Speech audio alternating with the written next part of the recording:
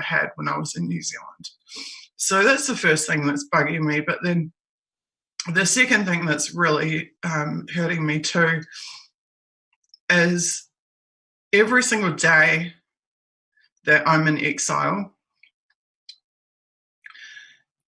I see firsthand the impacts of that exile upon my kids and my family, but primarily my kids. And I've chosen tonight to actually start to talk about this. And for me, it's a humongous risk. For me to talk about the things that upset me and the things that I'm going through is an absolutely humongous risk. It's a risk for multiple reasons. First of all, because I inevitably am blamed for what's been done to me, despite the fact that I'm not the person who did it. And it's a risk because the people who continue to persecute me use anything that I say or anything that I disclose to continue to persecute me and continue to hurt me. And for me, it's always been a really double-edged sword as to whether or not I talk about my kids. And so generally, other than saying that I have children, I've said basically nothing about them. But the impacts on my parenting of the children when I was in New Zealand being targeted were absolutely devastating.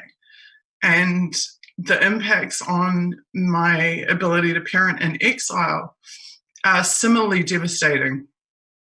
The invasion of privacy is next level. I remember in New Zealand knowing that every word I said in my home was being recorded, and my daughter asking me to tell her about the birds and the bees, and me having to sit there and try and explain to my child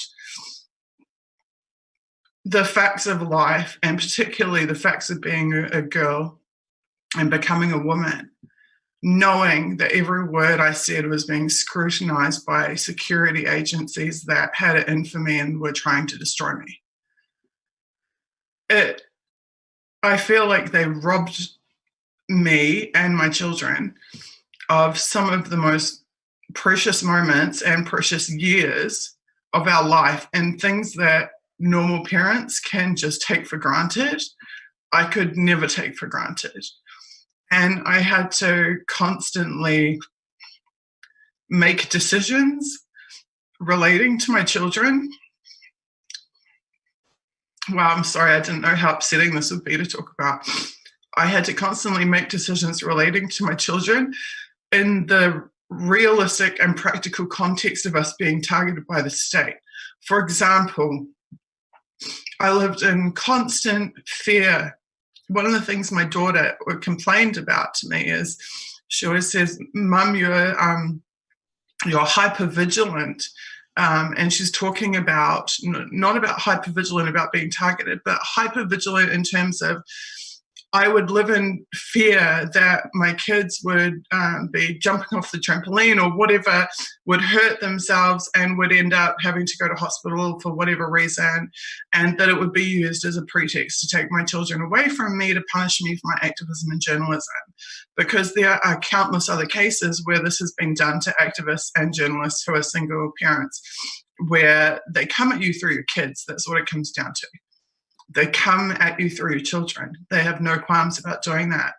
So my kids couldn't just play like normal kids. Like when I was a kid growing up, I broke my wrist, I broke my arm, I broke my leg.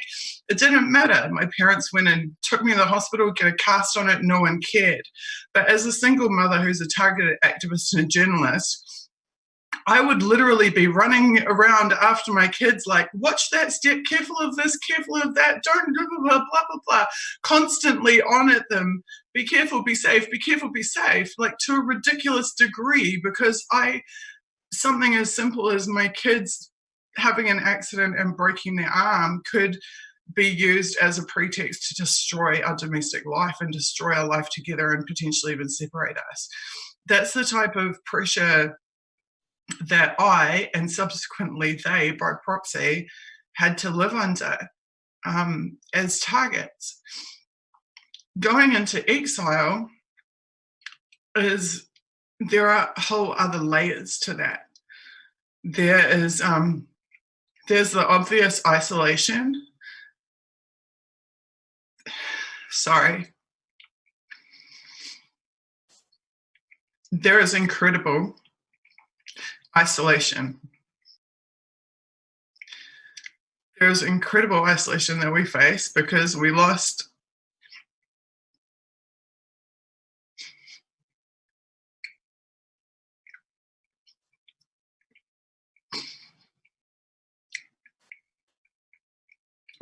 our family, access to our family. We lost all of our friends. We lost our entire support network in terms of social support network and our personal community. My kids lost their friends, their belongings, which are still to this day sit in storage in New Zealand because I don't know even whether I'll gain temporary residency here and be able to move their stuff to them. They lost their home that they grew up in. They lost the ability to learn and to speak their native language like every other child in New Zealand does.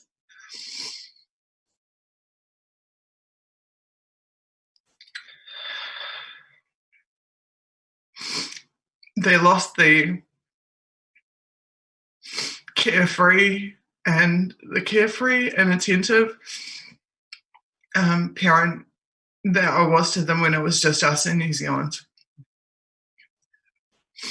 I used to be fun and have fun with them in ways that I had no ability to do since, because I am constantly need focused. I have to live in a way that's need focused. I have to make sure that we still have a place to live in, still have a country to live in, still have an apartment to live in, make sure that we have food, make sure that we have clothes, make sure that we have all of the necessities, and to do so without anyone around me to facilitate any of that happening.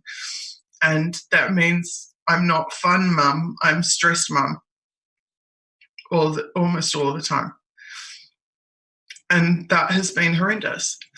And then you add on to that the language barrier and the fact that none of us spoke the language.